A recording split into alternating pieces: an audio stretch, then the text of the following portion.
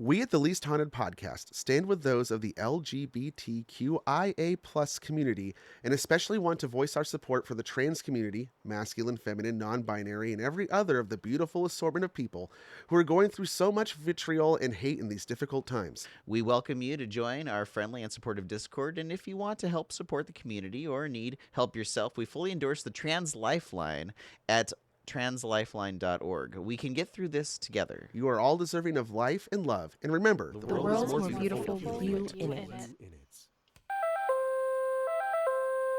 Hello, dig for bones.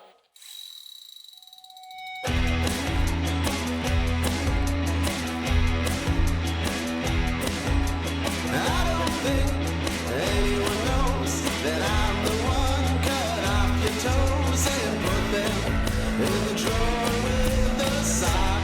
Hello, and welcome to the Least Haunted Podcast, a place where science, skepticism, humor, and anthropology meet to discuss all things spooky, haunting, supernatural, and sometimes just the plain ridiculous.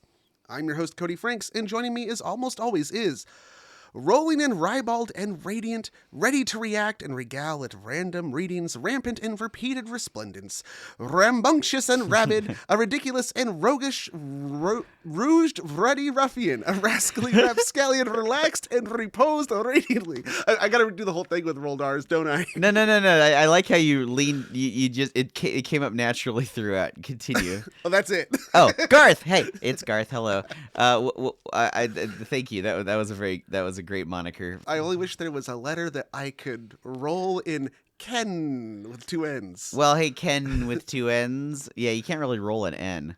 But there is a letter that I can't roll, but I could open because we've got two letters right in front of us.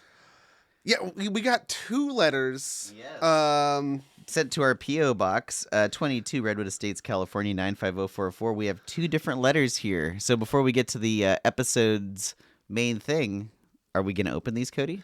Yeah, I don't know if we wanted to do this at the end or if it slows it down at the beginning. Okay, we'll do it at the end. Teaser. Yeah, we'll do We're that going at to the save end. those at the end. Yeah. Let's get to the main meat quickly. Yes. But, of course, we got to say we have a Patreon and get on the Discord and all of the things. Yes. Is there a more concise way I could have done that? No, in my notes it says Discord, Patreon, etc. I think you got it. Etc. That's the most important part, everybody, the etc. Etc. So what are we talking Okay. about today, Mr. Franks? So, today's topic, as I was researching it, I came to realize that it had a lot of parallels with our first story of Jeff the Mongoose. Oh, which we just went over in our annual episode, which was a video that has already 60 views on YouTube. Oh, Very, wow. very proud of that. It overshadows our last year we did the Beck The parody, Cottingley Fairies, yeah. which I was very, very proud of, which had like 50 views. Oh, man. So, boys, 60 views on YouTube. We're making it, guys. How many followers do we have on YouTube, Cody? We're so derailing this. Remember, we were going to start on the topic. What happened? There was a topic. Okay, He we has have it all 68. 68. Who wants to make it 69? That's all I have to That'd ask. be nice. Okay, Okay, so what are we talking about today? So like I said, before I got derailed, similarities to Jeff the Mongoose. Yes. The only difference is this one has killed before. The mongoose has. It's not a mongoose. Okay. There's similarities. I didn't say it was a mongoose. Oh, but this is Have you ever heard of the Bell Witch? Nope. Doesn't ring any bell? Nope. Doesn't ring a single bell. If you looked up the Bell Witch, you'll see the claim that it is the most documented. We hear this every time, right? Yeah. There's The so most many of documented the most case of a documented. haunting in history. Yes, everyone makes the same claim that it's the most documented.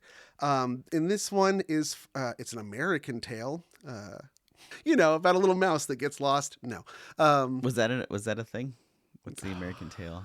I never get your references, Cody. That's what makes this such a funny podcast because you have your endless frustration. That's where the humor Yeah. Okay. sits. I'm not going to explain to you the whole story of Feifel Mouskowitz. We don't have time for that. Okay. Anyway, this one takes place in Tennessee. Oh yeah. So, And the bell of the ball, is this like like a southern bell? no, but it is the South. Yeah. 'Cause I it's do need to give a Tennessee. little bit of a content warning and preface that our main characters in the story are bad people by virtue of the fact that they thought it was okay to own other people. Because okay. these are slave owners and Yeah. slaves do factor into the story. Okay. So, yeah, All I know right. that is coming. This is this part of history. Here we Yeah. go. So Tennessee, it's Robinson County, what is today Robinson County. We're not actually backwards carousel No, here. no. Okay. 40 miles north of Nashville. Oh, okay. And an area that there's the Red River runs through there. So it's called the Red River area. And in 1804, the only community there was called Red River. These days it's called Adams. And at this time, this is the frontier. Like when they talk about the frontier. Wow, when Tennessee was the frontier, everybody. Oh yeah. my gosh. So, Wow. you hear about like, the frontier and frontier days. It's like the frontier kept moving further and further west. When most Yeah. people think of frontier, you're probably thinking of like the Wild West. Yeah. It's or, like- or at the furthest east, I'm thinking of St. Louis or something. Okay, yeah. But yeah, Tennessee is the Tennessee. frontier at the time. Okay. And there's this guy, John Bell, and him and his wife, Lucy, they live in North Carolina, and they immigrate with a group of other people who seem to be associated with a church. They all moved to the Red River area in about 1804. And I mentioned the church. 1804. Yeah, I Okay. mentioned the church because that factors in later in a weird way. I just got to say that this story, there's a lot of ins, a lot of outs. This is a story ultimately of like the telephone game. So there's a lot of details and versions of this story depending on who you ask. And there's so many that trying to find like the actual truth is very difficult. When they say this is the most documented, it just means everyone heard it from everyone else. The most retold, yeah. Yeah, the most retold. So Yeah, when I'm okay. saying here, like, what I'm telling you here though is stuff that is actually This is closest to the original. This bit can be corroborated. That Okay. there is John and Lucy Bell. They come from North Carolina with a bunch of other church members, and they relocate to the Red River area of northern Tennessee frontier in about 1804. They bring with them their 4 children and I think a minimum of 2 slaves that they have. There is one, I think I remember her name was Chloe, and her son Dean. Chloe was a wedding present that they Oh, received. boy. Yeah, okay. So they go out there, and John buys a bit of property that already has a pretty good sized house on it. It is 6 rooms and 2 hallways. This is a front, like a cabin, a log hewn cabin type of house that, from what I've seen, because the original no longer exists. Spoilers, this house does not exist anymore. There is one that is claimed to be it, that is a replica, that is rebuilt on a different area, not where the original one stood. And so from seeing the replica and another one that claims to be the last remnant of the original, like the last house that actually stood on the property or structure, got relocated to a historical park. So based off these two, I could show you that their house looked probably like Okay. this. Oh, okay. So it's a double story. It looks like it has a lower and upper deck balcony kind of a dealio. They're called dog trots because, as you can see in the middle of it, there's just a hallway that goes all the way through the house. Oh yeah, like a longhouse. And Yeah. then it's all Lincoln logs on the sides, and there's a chimney on one end. Nice. Yeah. Nice. So it's a log rough hewn log house. Looks pretty structurally sound to me. Oh, there's a smokestack on the other side too. So They start- that's two different. Anyway, Yeah. you can see that. Yeah, this is like your rustic frontier. Nice little rustic frontier house. Yeah, I already had this book. Can you, Building you're the probably not hewn surprised. building the hewn log house. Yeah. Nice. In my own personal library. So they start clearing the land and planting crops. Corn, I think, is one of the main ones. They're gonna be This is tobacco. farming. Yeah, this is Yeah. tobacco country as well. They have 3 more kids. They end up, I think, with a few more slaves, because I think ultimately the whole household encompasses 19 people. Oh, okay. So they have like 7 kids, and then the rest are slaves. Were they all living in the house, including the slaves? I don't know if the slaves were living in the I don't house know. or outside. They might Some have might had have another been. one. Yeah. Okay. Um, It was a pretty big house. I mean, you could fit a lot of people in there. Yeah. But who knows? Okay. by 1817, they're doing pretty good. They're established. They got the farm going, and that's when weird things start to happen. The first weird thing is that John Sr., there's also a John Jr., is walking out through the cornfield, and he sees a bizarre creature in the rows that he describes as looking like a medium-sized black dog with the head of a rabbit. All right, I'm a now we're freak. talking. Now we're talking. Okay. He, I'm imagining that the rabbit's head is proportionally larger than a normal rabbit's head because it's a big dog. Yeah. So it's a giant head. Yeah. Oh boy! shoots Huge at- ears, 3-foot long ears. He shoots at it and doesn't hit it. It and hops away. It disappears. Well, it runs away because it's got a Oh, dog body. right. That's the part that Yeah. does that. Okay. Okay. After that, his daughter, his youngest daughter, Elizabeth, says that she sees a young girl dressed in green swinging from a tree in the yard, who then disappears. Did the swing disappear too? I wonder. I think she's just holding onto a branch. Swinging. Oh, swinging on the branch. I see. Yeah, on one account I read it said hanging, and I was like, wait, like What? like Yeah, hanged? hanging, yeah. But then they like specified later, like no, that she was swinging. Yeah, gotcha. One of his sons sees a giant bird sitting on a fence, and at first he thinks it's a turkey, and so he wants to shoot it for dinner, and then he gets closer and realizes this thing is bigger than any bird should be, and it's not a turkey, and they just say it's a weird looking bird, and then it flies away. I like how in 2 of these stories, the person seeing it happened to be holding a gun because they immediately tried to shoot Yeah, it. it's the frontier, Yeah. Garth. I guess you just walk around with guns back Yes. then. Yeah. In some parts of the South, you still walk Yeah, around yeah. with Because guns. back then, what am I saying? Okay. Then their slave Dean says that every night when he walks home from visiting his wife, who is owned by a neighbor. Now that's some fucked up shit. Yeah. Yeah. Yeah. So he visits his wife and then has to return home. And he says when he's walking home that he starts being followed by a large black dog. Okay, so Sometimes there's some accounted to have similarities here. 2 heads Oh, one dog head, one rabbit head. or 2 dog heads. Okay. At this point, I've verged into things that are not verifiable. Yes, I should yes, say. yes. Okay. We've crossed that threshold. Yes. Okay. I think I got that. This is when strange noises begin. Knocking on the side of the house. The kids say that they hear what sounds like rats chewing the bedposts of their bed at night, but when they look, there's no teeth marks, nothing's there. Oh, that's very frightening. Various scratching noises are heard, and then it starts devolving into what we would later refer to as poltergeist type activity. We already have the noises. Yeah. But now things start to move of their own. Objects are thrown. The sugar bowl is emptied. Supposedly sheets, like the bedclothes, are yanked off the bed Wow. while people are still in there. Like, you know, that trick where you pull the you tablecloth pull out? the tablecloth and all the food stays. Yeah, it's that. Except for in this case, you're the food and you're under the tablecloth. But yeah. And then it seems that one member in the family becomes the target, Oh. and that's young Elizabeth. She gets her hair pulled, slapped by invisible forces, claims that pins are being shoved into her. Ooh, this is a nasty version like of Jeff the Mongoose. Yeah. physical abuse on Elizabeth. How old is she? The daughter? She is, according to accounts, just budding into womanhood. Okay.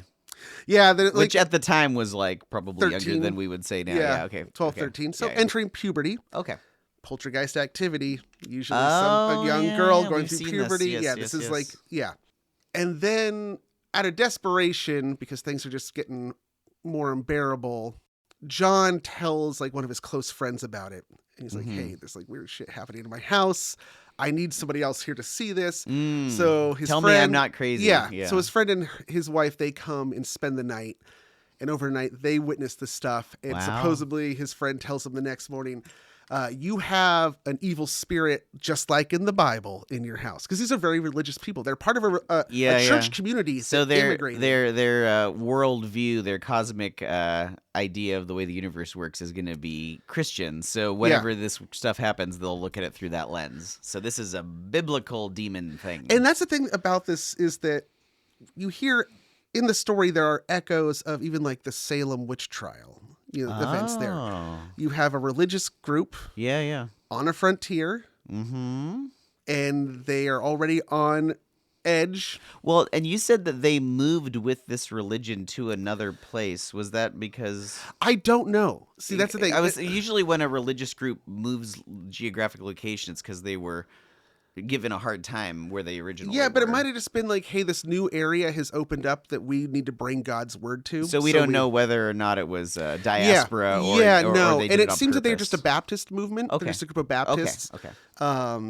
because other members of the Bell family stayed back in North Carolina. It wasn't religious persecution. Then. Yeah, Okay. on one explanation was that John just wanted to go to a new area where he could actually like make more of a fortune for himself and get a bigger farm, because where he was, it was a family farm. He would get a share of it. And he's like, Got I'm it, gonna. yeah. I mean, I think it's a lot of what propelled people to move west. Yeah. Well, it's a free land that has Yeah. a lot of potential, Yeah. and the government would often Yeah. subsidize people and give them Yeah. free land if they farmed it. There's all And then kinds in the of case of like incentives, yeah. this church group, I think it's just a few families who all belong to the same church. So that is your social group. So if one person in your social group is like, hey, I'm doing this thing, They and their friends are going to come. you should come with us, you know? And Okay. so it's not so much like, oh, this religious movement went out there. It's more like, no, a group of people who belong to one church Okay. all went out there. But yes, they have this like Christian-based cosmology. And at some point around here, now the word starts to spread and other people are coming to check it out. And around this point, the spirit begins to talk. Okay. They said at first it was like a very faint whistling sound, and then it sounded like a weak voice that was trying to speak, and then it starts to like build strength, and then it is heard. And now I can't find any like actual descriptions of the voice. So you're going to have a hard time mimicking it. Or the ones that I found are like, it seems the voice changed depending. Sometimes it was more masculine, sometimes more feminine. Okay. It does Jeff the Mongoose type things in when it talks. So like it I am the Alpha and Omega. yeah. I am the Holy Ghost. I have hands and feet. It describes itself as an earth spirit, whereas Jeff said, I am an earthbound spirit. This one says, I am an Earth a spirit of the earth Okay. who has been disturbed. Uh-oh. Now, it's an unreliable narrator because it starts giving multiple accounts of who it is, what it is, and what it's doing. This is the Heath Ledger Joker. Yeah. thing. Yeah. You know? Multiple backstories. Or if you're a Star Trek fan, this is the many lives of Elam Garrick. You don't need to know. No. I'm guessing But that our was listeners do. Deep Space Nine or Yeah, something, yeah, because yeah, I'm just yeah. TNG. What I want to know is, out of all the stories you told me, which ones were true and which ones weren't? My dear doctor, they're all true, Even the lies. especially the lies. One account is that supposedly there was an indigenous person's grave on the property that was Oh. disturbed. Classic. Classic, right? Classic. And it seems that there was a burial that was found, or a few different burials on the farmland. One of the kids got it in their head, the idea that we should dig it up because there might be cool artifacts or cool stuff in there. I get the impulse. Yeah. You I shouldn't mean, do that. Yeah, but that is But how that these things were done at the time. Yeah. Nobody had any respect. Yeah. So they dig it up, and apparently they take like the jawbone back Oh, into the geez. house and play with it. Ew. And then while throwing it around, I guess a tooth fell out, and the spirit says that the tooth fell between the floorboards, and now they're looking for their tooth because it needs to be returned. Oh, because I yeah. guess If they could reassemble it. Yeah, the ghost- because the when, I guess- poltergeist will chill out. I guess Okay. the dad, when John Sr. came home, he saw that the kids were playing with the skull, got mad at them, and had a slave take the jawbone back and rebury it. But they missed But the they tooth. missed the tooth, right? Okay. So Those are some. Those floorboards have some wide cracks if you get a whole tooth in there. Cody again shows me the book with the log cabin. I mean, I'm one to speak. There are probably floorboards in my house that are wide enough for a tooth to fall in. yeah, I didn't say which tooth. Yeah, it could have been one of them front ones that are really thin. An incisor would slide right There through. you go. So, according to legend, they then cut up the floorboards and look for the tooth and dig it up, and they can't find any sign of the tooth. At which point, the spirit laughs and says, "Ha ha! I was just fucking with you." That is pretty funny. I made you dig up your whole floor. Next one, it says that I actually am the spirit of an early pioneer to the area. Ah, I buried all my money in a specific location, and then I under died. palm trees. I died before I had a chance to get it back up, and so now I'm stuck here until like it's resolved. You all know it's a mad Yeah. world, And so- here's where it is. The ghost says, "I will like leave you all alone and go away," on the condition that like two of the sons specifically, it was John Jr. and his brother Drury. That's right. What? Drewy. That's right. Drewy. Drewery. Drewy. Drewy. What a name. Drewey. Like Dewey, but Drew. got a doctorate. Drewy. Wow. Okay. So they need to go. I guess Drew would be short for Drewy. It's an Andrew. Yeah, that's true. So John Jr. and Drury, they need to go to this one spring in the area where the spring comes out and meets with the Red River. And I want this pastor to go with them to watch, to keep them honest, because all the money that's down there, I want it to be given to young Elizabeth. Oh, okay. The one that I've been torturing Yeah, with the one I've needles been and beating the pulling shit her out of, hair. Yeah. Explains where to go to find it. So they're going to find a big flat rock. They go out there, they find the rock, and apparently it's a whole ordeal of them like spending a whole day having to like hoist this boulder out of the ground. They have to like use block and tackle and ropes and pulleys. Oh boy. Which makes you wonder, like, if 3 guys are having a hard time. The pastor probably is helping. Yeah, them it's out. like, but the 3 guys doing it. You're telling me that it's this one pioneer guy. Well, it's easier to bring a big rock down the hill than to pull it back up again. Well, anyway, they get under the rock and there's nothing there, and they figure, well, it's gold, so it must have sunk into the earth because it's heavy. So let's dig. So they dig for a Yeah. long time, find nothing, get home, and once again, ha ha ha, I was fucking with you. And then I know there's another one I'm forgetting, another explanation. And so then finally, apparently the priest or the pastor then like confronts and says, hey, who are you? And here's the interesting thing about this spirit, who we're going to get a name for in a second. They seem to have like, they really like Christianity. Like they're down with it to the point where it would like often just recite whole Bible verses. Oh, okay. And it claimed that it went to the church meetings, and it actually referred to the pastor as old sugar mouth because his words were so sweet. Oh, that's a nice thing. And it would sing hymns and recite psalms and stuff like that. So it's a fan of the Christian thing, but it also likes fucking with people and torturing them. yes, Okay. yeah. And as we'll find out eventually, as I already told you, murder. Uh-huh. And so when the pastor says, like, who are you? Tell me really. It then says, I am Kate Bat's witch. Kate Bat. Now, Kate Bat is a member of the community. She's alive now. She's alive. And this is her witch. Her witch. Her personal witch. Yeah, seemingly. Do you get? Yeah. Is that like a personal? Okay, so we have to take at this point. It's like the your word guardian witch, angel and then your well, witch. Well, the word witch gets kind of you ever go into Wikipedia and you look up a word and it goes disambiguation and you're like, yeah, that. And it tells you all the other things that it's been used for. Uh-huh. So that's what happens with the word witch, is that in a lot of rural areas, anything that's unexplainable, it just falls under the umbrella term of witchery or witchcraft. Oh, okay. So it's not like a specific person who was doing it, like this is the witch.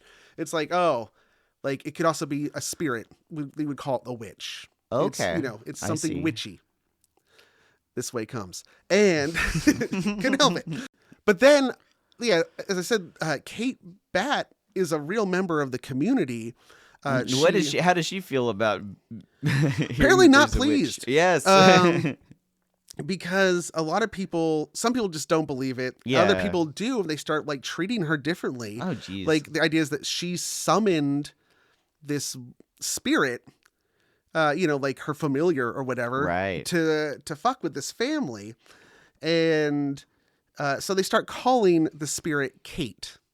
And apparently it likes it. Oh boy. So this is Kate, even though it said it was Kate Bat's witch, it is now known as the Bell Witch because it is that witch which is Yeah.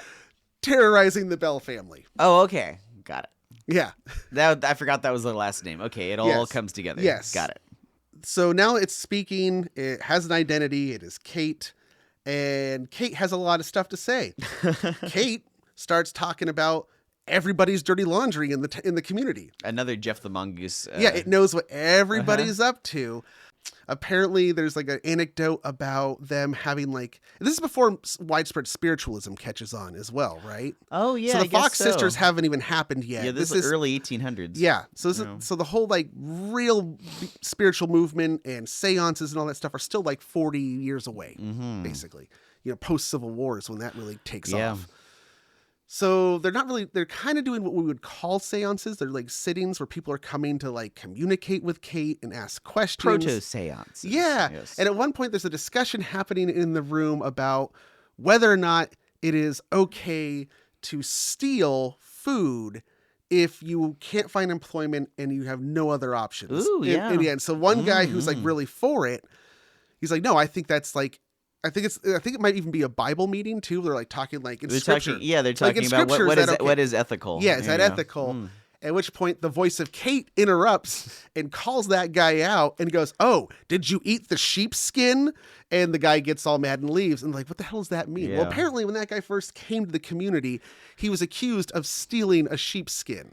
Oh. And so, like, how'd I the witch see. know that? Well, apparently everybody in the fucking town knew that. So Okay, that's not that not incredible. a huge jump. Yeah. But that's the kinds of things that Pretty good zinger, though. burn. The things that Kate brings up are things that everybody already kind of knows, but Yeah. nobody is saying out loud. So Kate, This is a communal blowing off of steam, but I'm still curious where the voice comes from. so that is already like early question that people are wondering about. Some say that two of the Bell children, John Jr. and Drewy, Yeah. they actually went and served under Andrew Jackson in the Oh. Battle of New Orleans. Oh, wow. So they've seen combat in the war. It's the War of 1812, right? Yeah. So they're veterans, and it's alleged that on their trip down the Mississippi River and back, they somehow learned ventriloquism. I mean, as you do. This sounds familiar, yes? It does. It sounds very familiar. And then they taught this skill to Elizabeth. Okay. So it could be that Elizabeth is because faking her injuries this and isn't- also instigating this whole isn't just thing. the family hearing it, people in the town are. Everybody's hearing Yeah. a voice. They're not all making it up. So someone is making the voice. It could be them. Okay. And then Kate also says that she really likes Lucy, who was the matriarch of the family, going so far as to say she's the most perfect woman in the world, and I would do anything for her, and bringing manifest gifts for Lucy. But then says, but I don't like old Jack, which is what Kate calls John, and then proclaims, I'm going to kill him someday. Damn. Oh, Now, I need to boy. point out that the old Jack, he's nearing his 70s. This is the patriarch. Yes, this Yeah, is yeah, John yeah. Bell, the one who moved his family there. Uh-huh. Which is interesting. So his youngest daughter is like 12 or 13. He's like 70, Oh, yeah. you know, so much older than his wife as well. Yeah. And I'm just putting that out there. Okay, So like, yeah, when we get to yeah. the point where like, you know, We're getting into motives and Yeah, different yeah. things. Yeah. Okay. because Elizabeth, or as Kate calls her, Betsy, is getting into womanhood, she starts to have people who already want to like court her and marry her because things happened a lot younger at this time. Right. Yes. Oh, well, younger for the girl. I guarantee you this guy is Yeah, older. not necessarily for the guy. Yeah. So a member of the community, Jonathan Gardner, is interested, and apparently the two of them seem to be in love and spend a lot of time together, and everybody in the community says they're going to get married. Like, it's just a sure thing. The Gardner family and the Bell family are going to join up. They're both two very prosperous families in the area. This This is, will be a great union. yes, join our houses. houses. Join our houses. Yes. Yes. Kate doesn't like this. And so Kate Ah. starts saying out loud that the two should not be wed, and if they do, Kate will exact terrible vengeance. This is interesting because I was thinking that daughter was doing the voice. So this is possibly her actually describing her own feelings, if it is in fact her, or else it's someone else doing the voice, or I don't know. Okay. And eventually this actually leads to the marriage being called off. Wow.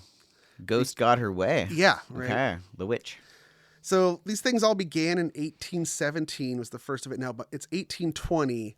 And in December of 1820, in the intervening time, John has started to have attacks of his own where Kate seems to be leaving Elizabeth alone. It is now physically assaulting or causing harm to John in the Okay. form of certain things like he starts to have body tremors. One day, for 15 hours, his tongue swelled up in his mouth and he couldn't eat or drink anything. Whoa. He's being poisoned. Things like keep that in mind. Things Or like s- seizures. Yeah. They said the body tremors. They said he shook so bad that he kicked the shoes off of his feet. Yeah, Blew his fainting socks right spells off. and stuff like that. And then in December of 1820, he dies. Wow. He's bedridden for several days with these symptoms, and then he dies, at which point the voice of Kate announces, It is done. well, that I gave him a good dose of this medicine last night and killed him. Wow. And then they find in a cabinet a vial of what they called a smoky colored liquid. They throw the vial into the fire. It explodes in a bright blue flame that shoots up the chimney. What would be a blue flame? There's lots of chemicals that could make a blue flame. So okay. around this time, Kate, I think, is kind of done and starts to disappear, but promises that they will return in 1828. Okay. 8 years hence. So that's the basic story. Uh-huh. Now, there's other embellishments and facts that I kind of glossed over. One is Andrew Jackson supposedly came and visited the Bell House and encountered the Bell Witch. Oh, wow.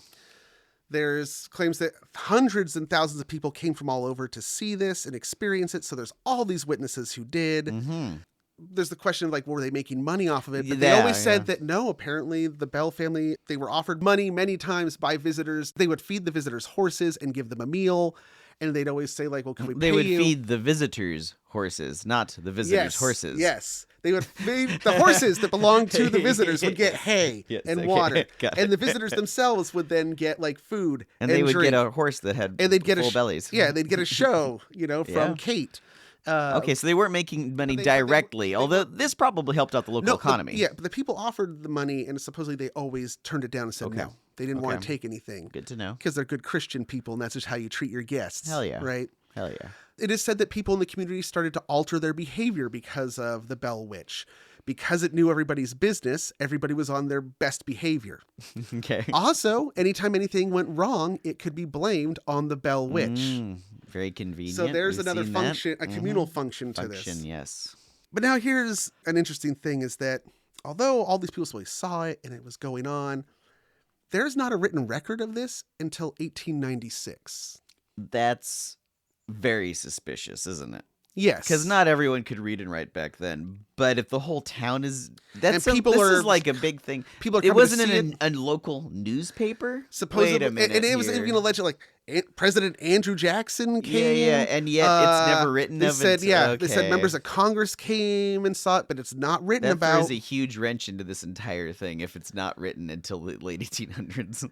Yeah, the first real mention of it is a book that comes out. In the book, I was actually perusing this book because you can find it on Project Gutenberg. Oh, nice. The Authenticated History of the Bell Witch and Other Stories of the World's Greatest Unexplained Phenomenon by Martin Van Buren Ingram.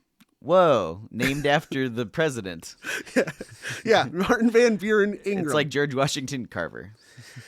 And Ingram has a crazy story of his own on how he came by this story, or at least where he gets most of his evidence and so forth. And that is from a secret diary, which I'll tell you more about. But first, we're gonna dig for bones. All right, I'm gonna try to find this tooth under the floorboards here in Least Haunted headquarters. I don't know. Do my best.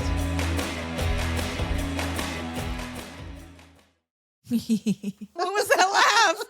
I asked myself. I'm trying to recreate that as much as possible.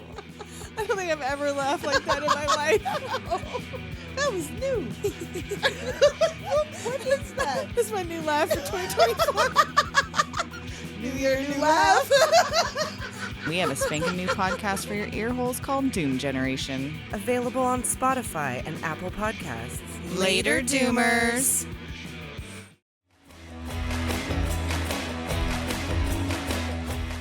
Golly gee, how many teeth did we find? That's like at least a jaw's worth. This place is haunted as hell. Old jawbone. Where do. Welcome back. It's the Least Haunted podcast. You're back. Listening to the one and only. Except no substitute. Except no substitutes. If you go to Spotify and you go to our show and then you say other shows like this, it says no results found. That. a league of our own. Dude. We are number one in our own genre. In our own genre. Okay, so I said Martin Van Buren Ingram, right? He writes this book, and The guy who Ingrammed up Martin Van Buren? yeah, he was a newspaper editor, and he ends up moving into the general area and hears about the Bell Witch, and he starts writing this book, which claims to be the full title is An Authenticated History of the Famous Bell Witch, the Wonder of the 19th Century and Unexplained Phenomenon of the Christian Era, the mysterious talking goblin that terrorized the west end of Robertson County, Tennessee, tormenting John Bell to his death, the story of Betsy Bell, her lover, in the haunting Sphinx.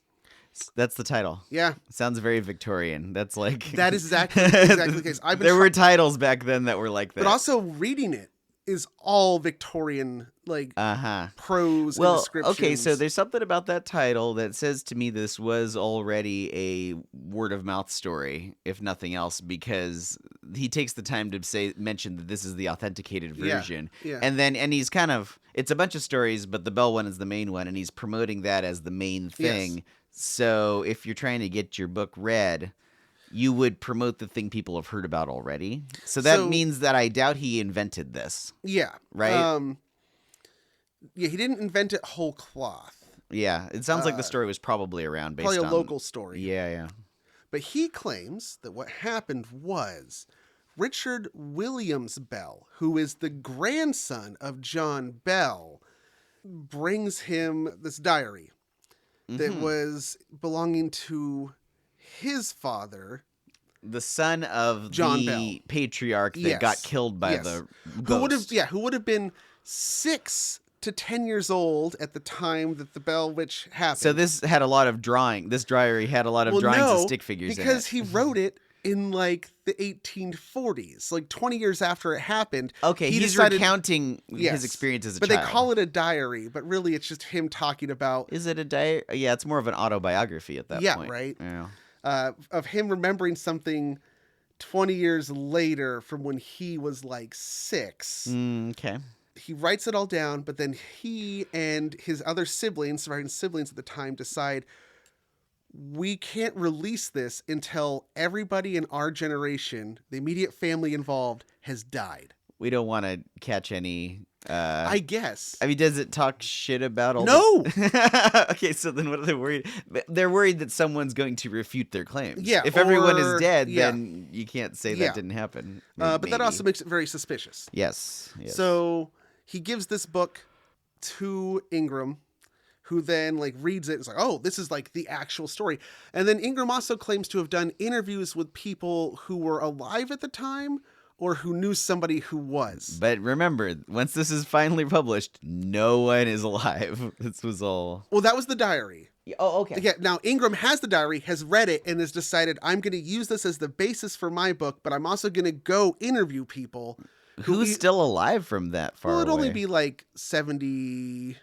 Let's see, if it happened in like 1817 and this is like 1890s, you know, so that's like 60. I guess people who were people in the town that were kids are old people now. Yeah. Okay. He said, or people who like knew those people.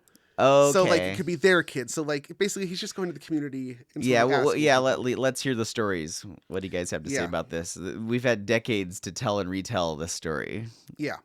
And so that's where like the story, as I told you, mostly comes from, is from his book. That's the firstest hand account we have. Yeah. Which is like the first time it's in print and also, as close as we're going to get. But the thing is that all the people mentioned in the story were real people. Okay. There are, genealogy that shows it. There are headstones. There's county records. These aren't random people who weren't even around at the time. Yeah. So there is some legitimacy. In that way, it kind of reminded me of the legend of Sleepy Hollow, which is that Washington Irving... Oh, you were in that episode. No, but I heard it. I listened to all the episodes I wasn't in. I was about to say, remember when I told you about... No, but I was telling Travis. Yeah, I remember this. But he used names of people who were really there and then just kind of like changed them a little bit. So it was kind of similar to that. Okay. that's also where you get, I think, the story of, Andrew Jackson going to visit. But the thing when reading this, like I said, not only is it all Victorian, he just goes like off on really long tangents to talk about the glory of Christianity for a while. Okay. And some critics have said that in the diary excerpts that he has put, there are anachronisms that don't make sense. Okay. Yeah. So, and no one has ever seen the diary Mm-hmm. again. Now, there are actual still descendants of the Bell family who have their own family story, and they claim that there was a diary and that they never got it back. Like Ingram never gave it back. Mm-hmm. At least those are the ones who are alive today. Okay. The next book that's written is written in the 1930s by an actual descendant of John Bell. And he, a lot of This people, is 110 years on Yes. from Yes. the events. Okay. and he is basically just retelling the stuff that happened in Ingram's book, but then adds a few more of the things like details because he said that his great aunt Elizabeth was still alive when he was a child. She was incredibly old, and she told him stuff. And then he said that in like 1935, Kate, the spirit of Kate, came to him and visited him and then gave him a bunch of prophecies about the future. Oh, nice. She's back. Yeah. Now, I don't have any of these prophecies Oh, in front darn of me. it. Okay. Also around this time is when another thing gets added to the legend, which is the Bell Witch Cave.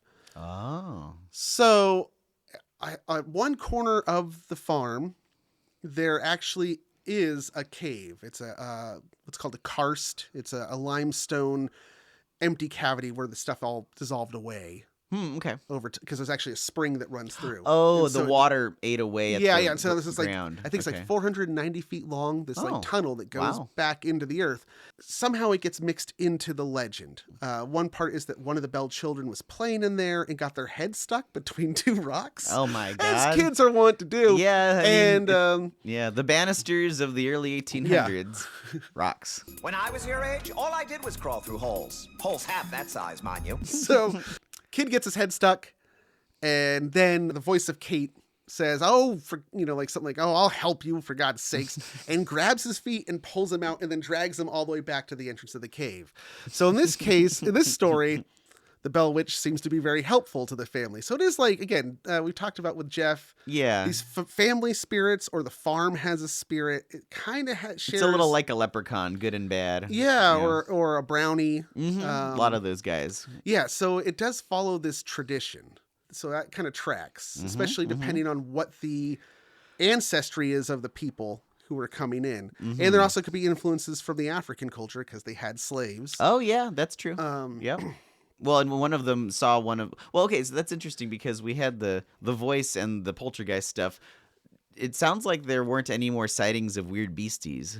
That was just early on. Yeah, right? yeah. That didn't keep happening. No. Although I did see references to something that's called a witch rabbit, which apparently in the area they're like, oh no, there is like the locals know about these witch rabbits that look like rabbits but aren't really rabbits. And if you're ever hunting and you kill a white rabbit but it has a black patch of fur on its left hind foot, Always look for that. that's a witch rabbit, Uh-oh. and you need to cut that foot off and keep it in your pocket. Is that where the rabbit's foot came from? I think rabbit's foot.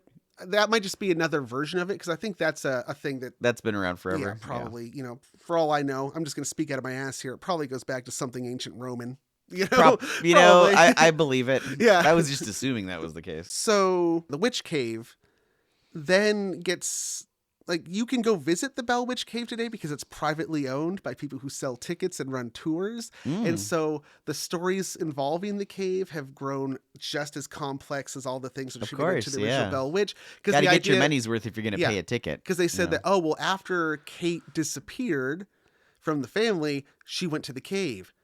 Jeff likes to go up to his Oh cave. yeah, no, I thought about that too. We Yeah. didn't learn that in our first episode ever, but we did learn that from Nandor Fodor and Yeah. the Talking Mongoose. Check out our review on YouTube and on this pod. But yeah, I guess Jeff had a cave and he would steal women's undergarments among Yeah. other things.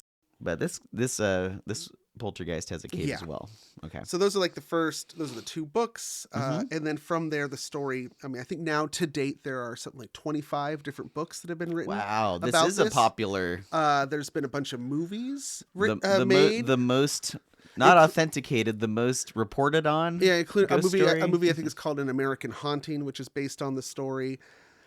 But now here's where I'm going to pull it all back. Pull it all back, Cody. Come on. Okay. We've been waiting this whole time for you to pull it all back. So, like I said, What's behind that curtain? that Ingram book is the earliest mention in print. And it sounds like every other mention in print is just retelling of the Ingram Yes. book with embellishments. Okay. based on a diary that doesn't seem to exist. Mm-hmm. There's a lot of evidence to suggest that almost all of it is made up by Ingram, but is probably based on an actual local story on a smaller scale. And then he blew it up into this bigger story. For one thing, there's Andrew Jackson apparently did own property in that county, but his movements are, he kept a daily diary for one, Wow. unlike the Bell family did at the Yeah. time. Everything is documented, where he was. We have and when. we have the minutes of his life. Pretty much. We have a Okay. really good idea of where he was at that time, and he was nowhere near Mm. the Red River community at the time. So that's made up. Okay, what about Kate Batt? Let's talk about Kate Batt. The She poor woman. She wasn't happy to be associated Yes. with this whole thing. So the deal with Kate Batt is that there is part of this legend that gets added is that her and John Bell had bad blood.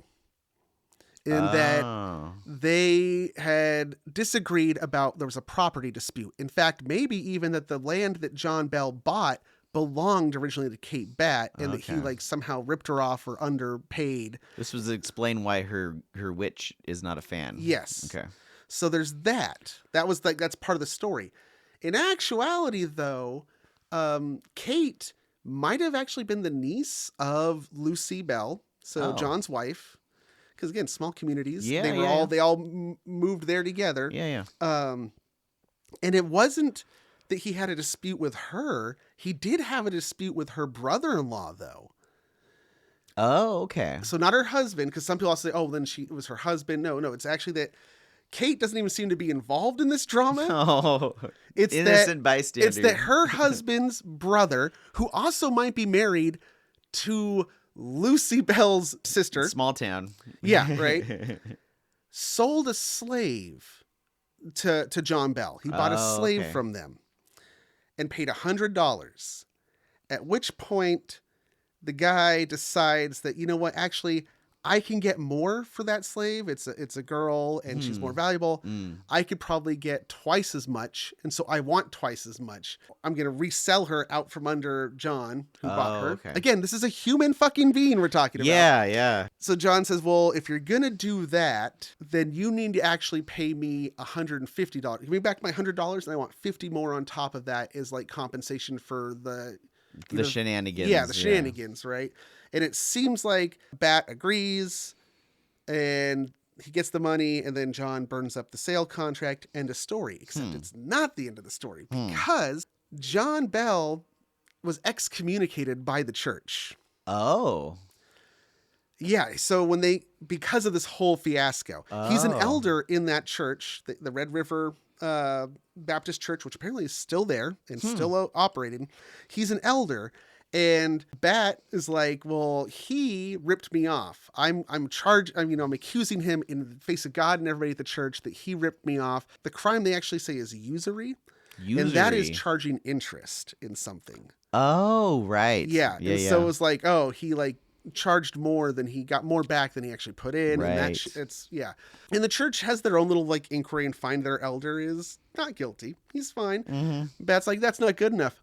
I'm suing him in a court of law. Oh, and boy. the trial finds that he did rip him off. And then the church was like, And well, the church is like, well, shit. Well, now one of our elders is convicted of this crime. That makes us look bad. So they excommunicate him and kick him out.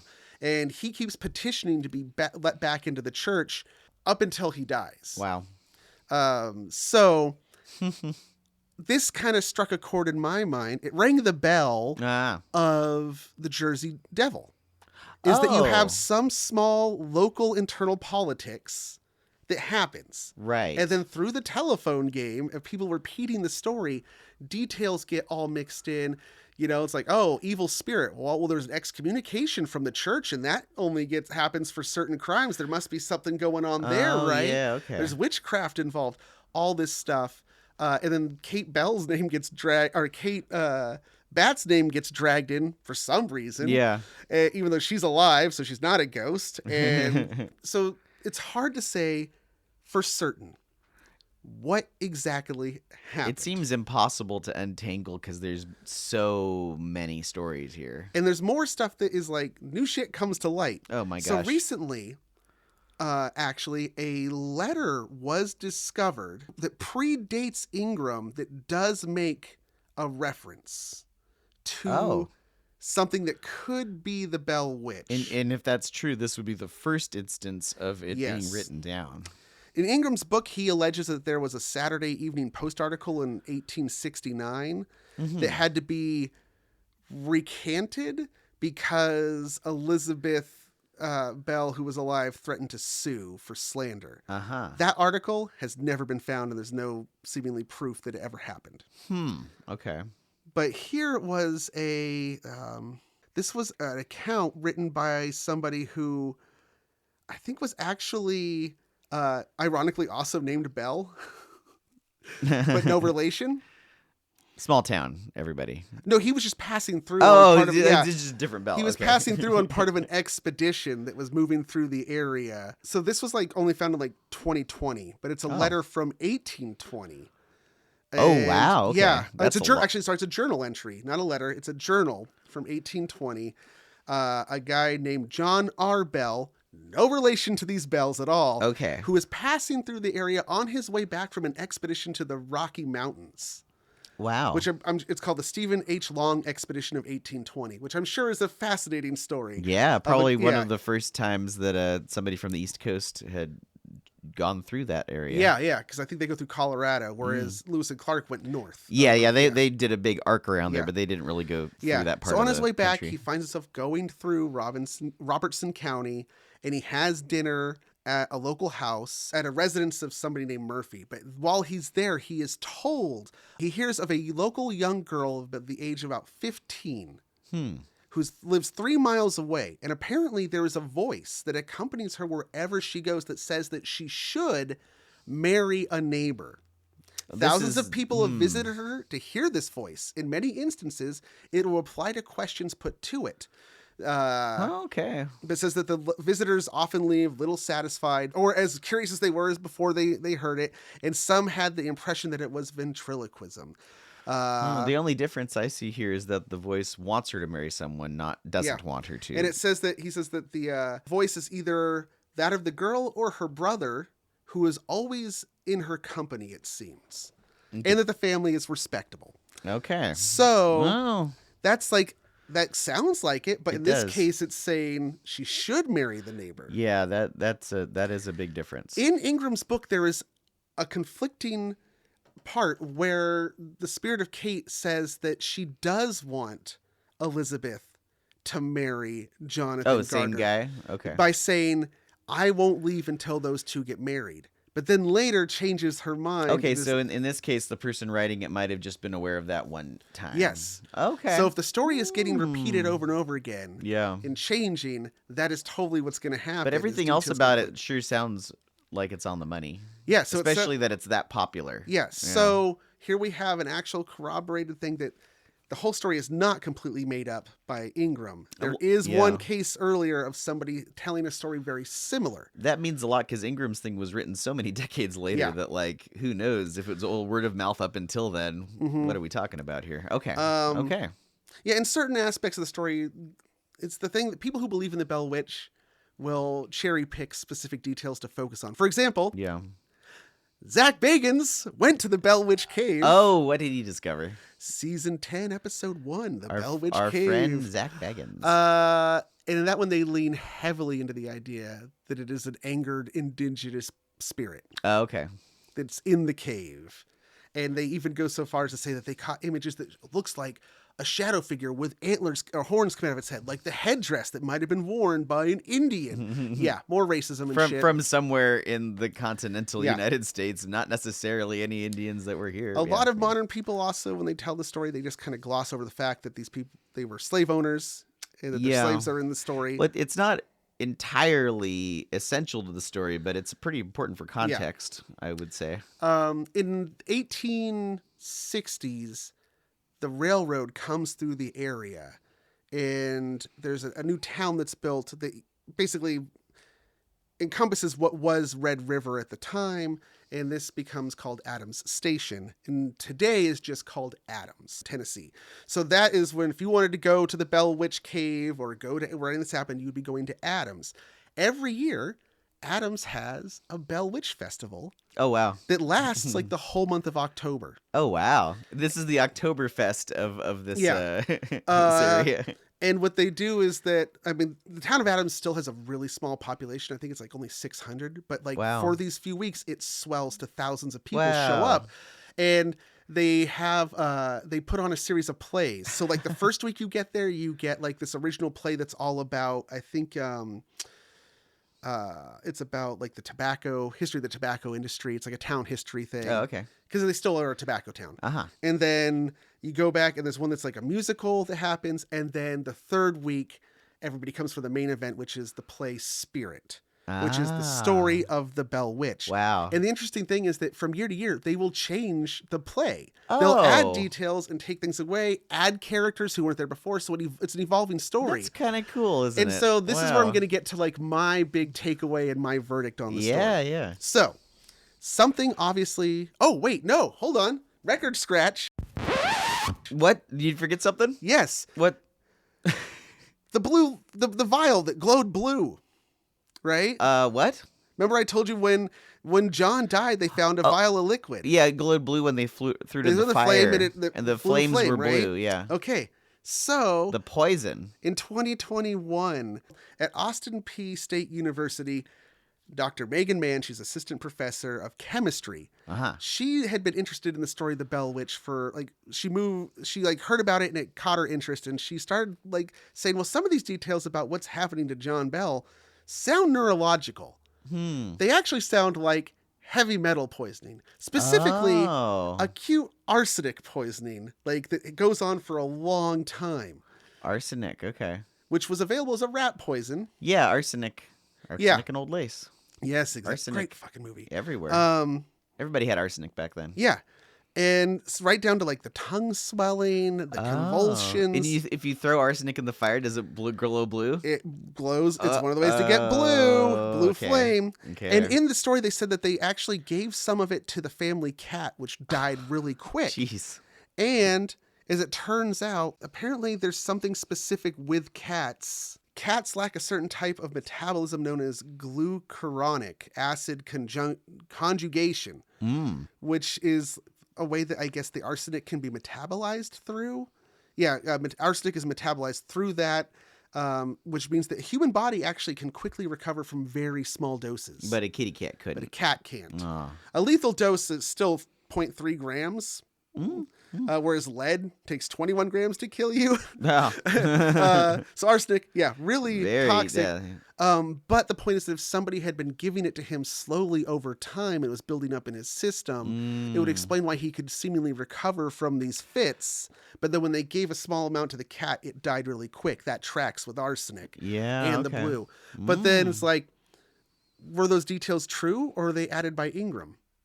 Yeah, it could be coincidental, or Right? yes, because we It don't just know. could if happen to that- be that those, it could be arsenic, Yeah. but also like that could have never happened. Well, it's a theory. I don't Yeah, think you could ever right. get further than that because we don't know yeah, if the so story we don't is real. know if they really murdered. But or not. that's a nice little twist. So my verdict on the whole thing Yes. is that there probably was some local family politics that happened. There probably was an arranged marriage that fell through for some reason or the other. And then locals just talking about it picks up details every time it's told. With successive generations, things are getting added. There's a version of the story that's actually told in Mississippi Oh. that is still Oh. like, that has the same names. And it but the takes loc- place in but Mississippi, the location has been moved. though. Yeah. Wow. So there's that aspect of it. Hmm. But as far as I can tell, no one's being harmed by the story. Well, it's a legend. It's a I mean, legend, it's yeah. It's a truly a local legend. legend. Yeah. I mean, there They are have a fun festival. unfortunate parts about the slavery, the fact that they are yeah. dragging indigenous people into it in some Right. versions. But remember, Kate said that was bullshit. The ghost itself, the Bell Witch itself, Is told them that no? was bullshit. Yeah, no, I made that's that not up. it. So, okay, So, okay. but that's still a thing that like people like Zach Bagans glom onto. And now Right. to the present day, where apparently this town, everybody has fun with it. Yeah, They have a festival. It boosts the local tourism. sure. They were a documentary I watched. They went there and they were interviewing people who live in the town, and like a lady who works at the local restaurant says that, oh, like when something breaks or goes wrong, we just laugh and say it was Kate. So it still serves that function Wow. of, you know, like averting blame. That's so neat that a town has retained a local legend for that long. Yeah. I mean, we're talking this 200 this plus happened years. 200 years ago. Yeah. And this little town. Yeah. Wow. So like Hmm. whether or not they believe it themselves in the town, Yeah. some might, some probably don't. Yeah. And it really is like that Jeff the Mongoose thing. I hate to say it, kind of like Nandor Fodor. Yeah. The movie, the more I think about it, like maybe it had a point. Where it's like, Yeah. yeah, it's not really directly hurting anybody. And it gives them something to be unique about. It's yeah, exactly. Yeah. It's the town's claim to fame. Yeah. You know, otherwise their only claim to fame is to be that shitty place where they used to own human beings. Yeah, yeah. Can we have some other thing that makes us see? Well, that wouldn't have made them unique. Everybody Yeah. did around there, but still, yeah. Yeah. All right. Um, Well, if you're ever in Tennessee, when do they do that? Oh, through October. October. And you Okay. can buy the tickets ahead of Tennessee time. and October, guys. Yeah.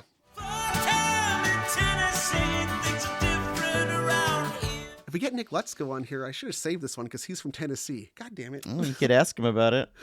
Anyway, Garth's Corner. Garth's Corner takes place in Tennessee as well. So Nice. I'm going to start off with the Garth's Corner song. I'll just play it for you here, but I'll send you the real thing.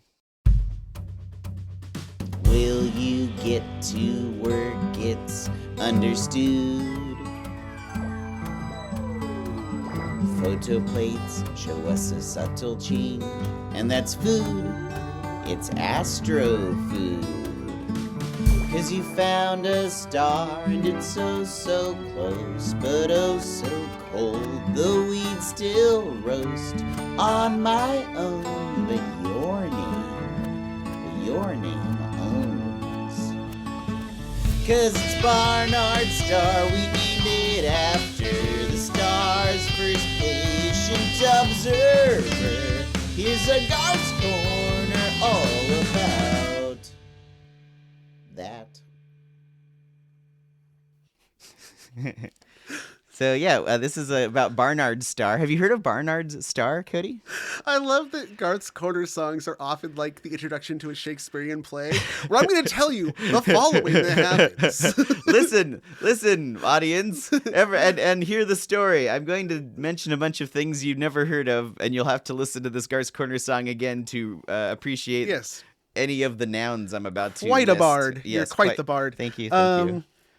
Barnard's Star. I have not heard of Barnard Star. Well, it's the It's fun to only say. star I'm aware of that is named after its discoverer and just called because Barnard discovered it. Oh, okay. It's Barnard's Star.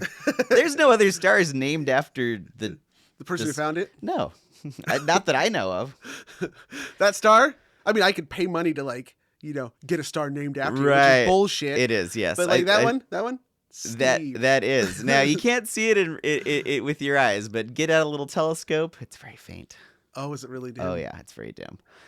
So I'm going to tell you a little bit about this very interesting person, Edward Emerson Barnard. He was born in Nashville, Tennessee. That's the very tenuous link to this episode. 40 miles south. 40 of the miles Witch. south of our original in December. Hey, that's okay because Adams only claims that they're 40 miles north of Nashville. There you go. So not so far away. December 16th, 1857 is when he was born. Edward's father died 3 months before his birth. He grew up, his family was very impoverished, didn't get a lot of formal education. At the age of 9, he started getting into photography and became a photographer's assistant. So this would be, he was born in 1857, so this would Early be photography. Yeah, late 1860s, right Yeah. after the Civil War, and he's getting into photography. It's a wonder he didn't start doing ghost photography. In 1876, he purchased his a 5-inch refractor telescope, and in 1881, he discovered his first comet. He did not announce that discovery, but he discovered I think he discovered 2 more comets in 1882. Are they Barnard's comets? No, I don't know if they named the comets. That's a good question. Because like Halley's comet. Yeah, they might have. It might have. He been. wasn't definitely not the first one to. The first one to recognize it's the same thing every time. Exactly. But what's cool about this is that in the 1800s, this guy named Holbert Harrington Warner was offering $200 per discovery of a new comet. A lot of amateur astronomers were finding the telescopes are getting better. Prove that. Well, it's just you can tell it's a comet. No, I mean, like, he's got to, like, you just can't write a letter like, yo, dude, I discovered a comet. Trust me, bro. It's there. Well, $200, you say please. right ascension and declination, like Skinner in The Simpsons. Yeah. Here it is, and then it's moved. anybody can look at it. But it's moved now. And you can see that, it's moved. That's how you know it's a comet and not a star, because stars don't move, and comets do. It might be moving right toward you that it doesn't look like it's moving, I guess, right? Yeah, or if it's just the right angle where it's like, like you don't see it anymore because it's not. Well, that makes sense. Like satellites, when satellites circle the Earth. The comets don't circle the Earth. So it wouldn't get into the Earth's shadow, if that's what you're saying. Okay. So a comet, if a comet's in the sky, it's going to be moving in some direction because it's orbiting the sun, right? Yeah. It would never just disappear. Okay. Because they don't go that fast. 6 hours, 19 minutes right ascension, 14 degrees, 23 minutes declination. No sighting. Mm-hmm. So, anytime you see a comet, this guy's going to give you $200, which is like $5,000 by today's money. So that's something. He discovered a total of 5 comets over the next couple of years, enough money to build a house for him and his new wife. So he's the house that comets built. Nice. There's a bunch of amateur astronomers in Nashville, and they collectively raised enough money to give Barnard a fellowship at Vanderbilt University. So he got to go to college. He never did graduate, though. And he eventually moved to California and joined the staff of the newly built Lick Observatory right down the road. Wow. Yeah, so okay, we got more connection to this guy. This is 1887. So is that where he was when he found the star? No, he found the star when later on when he went to Yerkes Observatory in Wisconsin. Traitor. Yeah, he actually discovered a lot there, but he didn't get along with Edward S. Holden, the director of the observatory. I guess he didn't get enough time with the large instruments he wanted to use, and they clashed, butted heads, and he left. But during the time he was at Lick, he discovered proof of the spokes of Saturn, which are Saturn's rings have dark lines that are very subtle that kind of radiate away from the planet. I forget exactly what makes that happen, but he discovered it without realizing quite what it was, but he's the first to document it. He also deduced that the gaseous emissions from novas might mean that novas were stellar explosions. So that was a thing that he figured out. This is all late 1800s. Wow. Yeah, and he also discovered the 5th moon of Jupiter. There's 4 big moons that Galileo discovered. Oh, yeah, Barnard's moon.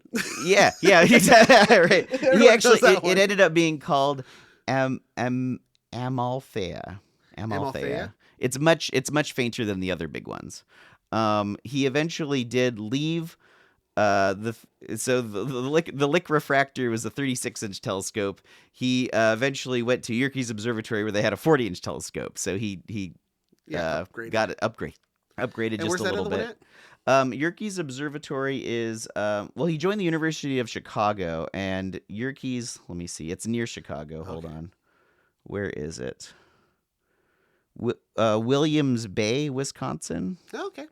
So it's not right at Chicago. It's just on the. It's a different state.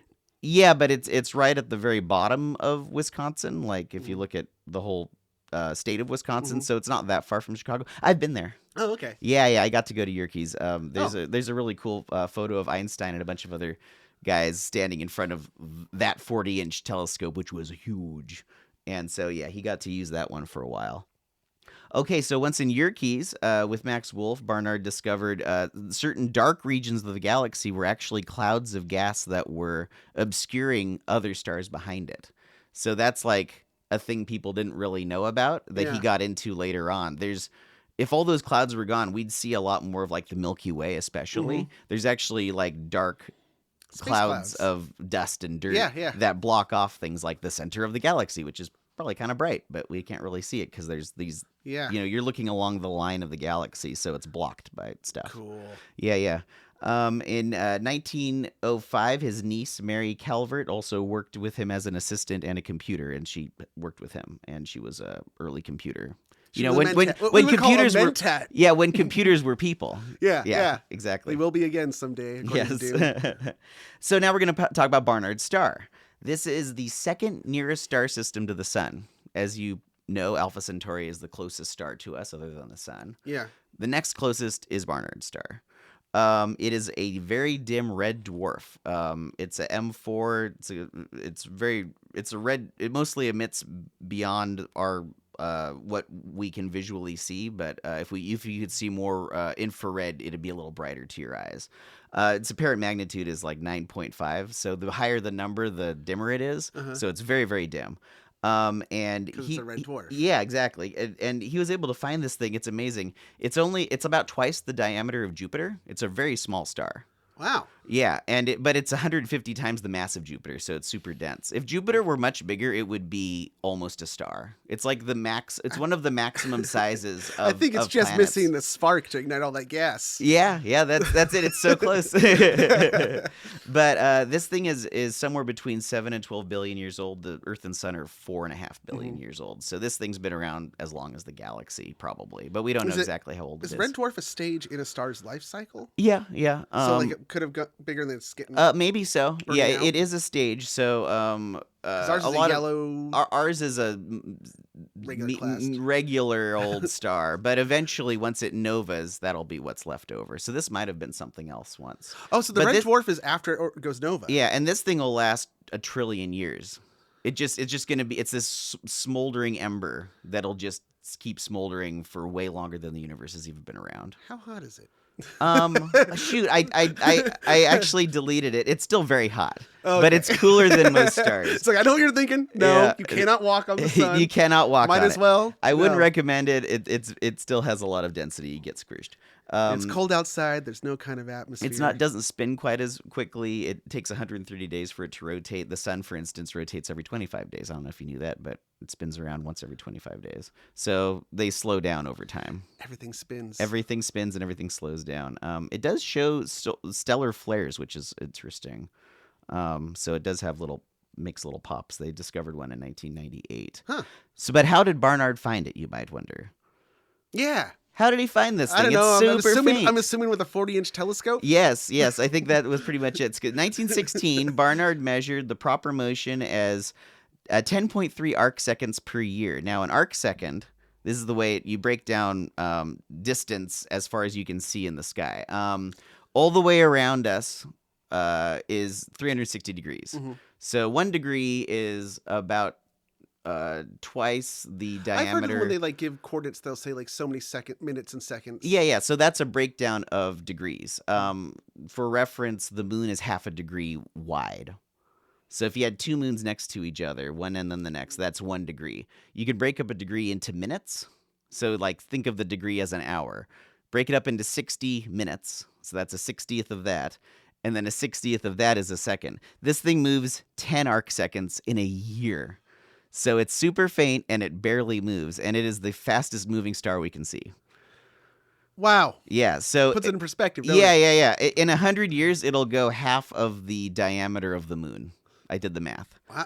So you did the math, people. Just a little bit, but it was enough for after a few years, he kept just looking at photo plates, and he could see that there was movement, and that was the discovery of the star. Last year in August, astronomers using the Echelle spectrograph for rocky exoplanets and stable spectrographic observation, called ESPRESSO, spectrographed the VLT, or Very Large Telescope, in northern Chile and discovered the existence of extrasolar planets. So it does have planets going around it. Yes. There's 3 or 4 of them. They go around, it takes 3 days for them to orbit it. They're way too close for any life, but it does have some planets. This was Okay, so just to wrap up with Barnard, he was a pioneering astrophotographer, as I mentioned. He had a whole catalog called the Barnard Catalog, which was a list of these dark nebulae he was looking at that block off other parts of this galaxy, known as Barnard objects. And he, I think, categorized like 370 of these things, and later published journals about it. So They called them Barnard Walls. Yeah. You can hit the broad side of the Barnard Wall. Last on here is something that I could do a whole Garth's Corner on, but I don't want to take too much time. It's called Project Daedalus, which is an idea of sending a probe to Barnard's star and how one might do that using nuclear engines. It would take about 50 years, and you'd have to get the satellite going at 12% the speed of light, which we don't quite have the technology for yet, but you could do, and it would only take 50 years to get there. So it'd just whiz past, but you could send out probes and stuff. So Daedalus. Daedalus. He built the wings. The wings. He built the labyrinth and the wings to try to get out. That's why they call it that. Yeah. This was a sort of a theoretical Father of Icarus. Father of Icarus. Yes, they did not name this probe Icarus, although the probe doesn't exist anyway. This was just a concept for a plan in the mid 70s. That really misses the the opportunity to. You're going to send a probe into a sun. Why is it not called Icarus? Well, because Icarus died. You want to call it something that had a happy ending. It'll transmit shit right before it burns up. That's true. And eventually it'll just get too But close. I feel like Project Icarus is like calling something Project Titanic. I don't know, man. Well, that attitude. Yeah. Depends on what you consider success. Exactly. That's a good point. Project Icarus as far as we can. Let's hedge our bets. We're already assuming it's going to fail. That's been Garth's Corner. Yay. All right. Thank you. All right. So I think it's come to the time in the episode where we open these cards. What do you think, Cody? Oh yeah, we should take a picture of them. Yeah, both before. Here, do you have your phone on you? My phone's over across the room. Yours is right. Why don't you use my phone? Why don't you hold it? Do you want it to have me hold it and then you take a picture? You could take a picture of them. Yeah. Here. Okay. Okay, because the one's got something on the back. Okay, we're gonna get a picture here. And this will be on the Tumblr. Doink. Oh, I'll block out one of the return address. Good call. One. Yes. Don't worry. Officially haunted mail. All right, I'm going to flip. The one is, yeah. So Okay. detective work. All right, so you have an idea of where one of these might have come from. Possibly two. I think there might be seeds in this one. That sounds like seeds. But who are they addressed from, Garth? One is from Hole in the Wall, to Least Haunted Podcast. The other that's the officially haunted one. The other is Jeff in the Farmhouse Wall, to Least Haunted Podcast. The Hole in the Wall doesn't have a return address. It just says Hole in the Wall. Yeah. The other one comes from California. We'll bleep that. Oh, okay. The other one comes from someplace in California. The other one went through Santa Ana. Yeah, the processing. Other one. Yeah, and they both have different processing and things. The Hole in the Wall, the one that says in the back officially haunted mail, that came from through San Francisco. These are pretty clearly different handwritings, so unless the person's very good at doing different handwritings, I'm thinking it was written by someone else, and the fact that it was processed at two different processing centers makes me think these are not related. Open this with? Oh, like a box. Well, let's see. A letter opener. Hold on. We need a Least Haunted letter opener. Hold on. If you want to give us a Least Haunted letter opener, send it to Box 22, Redwood Estates, California. Just something sharp. Thank you. But I also don't want to slice open the letter. I'm going to do it a weird way. Do it in a weird way, Cody. Cody's doing it. Oh, he's going along the side. That's actually smart because that's less to cut. Cody is opening the Hole in the Wall letter first here. And while you do that, I'm going to start working on this because it'll probably take me a minute. Okay. Whoa. What the hell? What? Wait. Is that all that was in there? Because this is a great fucking... What? My hat is off to whoever did this. Okay. It is merely a printed out picture of a mongoose. It says, thanks for believing. Aww. Signed Jeff. And then below that says, now, I think it says, now where seen me. Or now you see me. Oh, wow. There's the mongoose. Thanks for believing, Jeff. Now you have seen me. You have is one word. Okay. Now you've seen me. Now you've seen me. There he is. He's going right here on the Least Haunted Mantle. We have undeniable proof of Jeff the Mongoose. Yeah. All right, so I love that there's no other explanation. There's nothing else. Yeah. That's great. That's perfect. It came from Jeff the Mongoose. Thank you, Jeff. Apparently, Jeff. I'm so glad you didn't go any further or explain any more. From now on, that's all we know. All right, here's one. Now, there's a letter here I haven't opened, and a whole bunch of little confetti guys. Oh, they were going to get us. They were. I think, well, there's no spring in here, so it wasn't meant to be like a particle bomb, a confetti bomb. All right, I'm unfolding it now. Okay, they're just little swirls. I Those didn't are know cool. if they in hearts. It's another Jeff. Oh my God! That's terrifying. Happy 5th anniversary, Least Haunted. Thanks for 5 years of brilliant storytelling. Love, Jeff. So neither. We don't. Wow. This came from Jeff twice. Now we have two different. We Jeffs have two different Jeffs. I mean, that's double your odds that one of them is true. So now I'm even more convinced that this came from Jeff. Oh, Fratchus Day. That okay? Thank pictures you. of these, yeah, on Thank the you Tumblr. so. Yeah, we'll take pictures right now. Actually, here, let me do it right now before I forget. It feels like this must have been coordinated, but it wasn't. Had nothing to do with us. Two different Jeffs had the same idea. Wow, that is amazing. I hope that we never find out any more about this, like where this actually came from. This is great. I have my theories, but I'll keep them to myself. Okay. All right, I'll send these all to the Tumblr gnome. Wow. Okay. Well, this is great. All right, I'm gonna fold these up and put them on the mantle before we go any further. Yeah, they will go on the wall. Yeah, for actually, sure. I think we'll end up posting them by the Twilight Zone poster up on the wall behind. The studio. Yeah, the headquarters is getting a lot of cool memorabilia. We have a whole. We're wall nowhere of near the Doom stuff. room, which was insane. We're getting there. But we're getting there. Wow, thank you everybody. Yeah. Thanks for listening this far, and yeah, if you have anything that you want to send in, if you are a cryptid and you would like to reach out to us, yeah, we never really actually asked cryptids, hey, feel free. An but, autographed this was Mothman, that'd be crazy. Fantastic. That'd be a good get. We also have some supporters in the Monster Squadron. Oh yes, I almost How could I forget the Monster Squadron? The Monster Squadron. Our squatties, our patron producers. Here, I should play. I was thinking it'd be fun to have some drums in the background while bump bump bump bump bump while you. Okay, don't knock your computer over.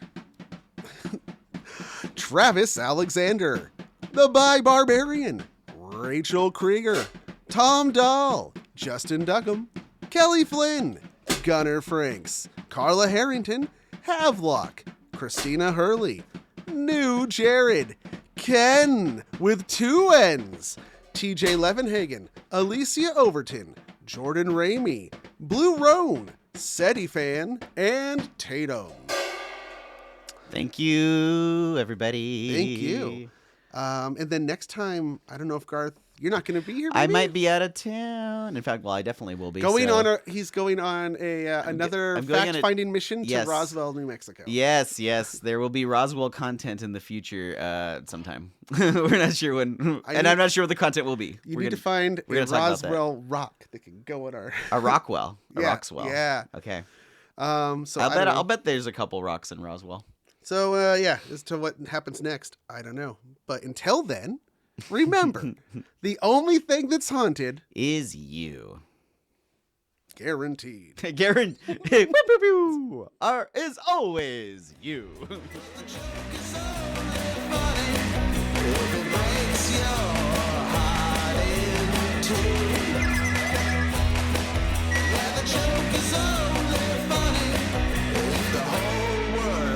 Laughing at you.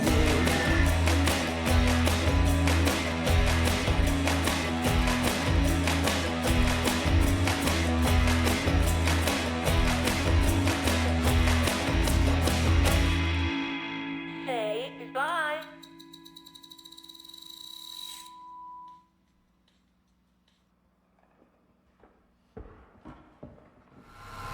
But in all the cases we've ever investigated, we've never heard of an entity that's actually killed before.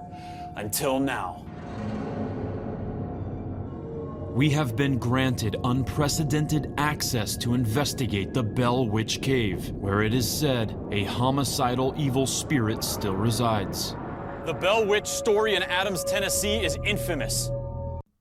The Least Haunted podcast is recorded before a dead studio audience and is a presentation of Sequoia Productions, LLC.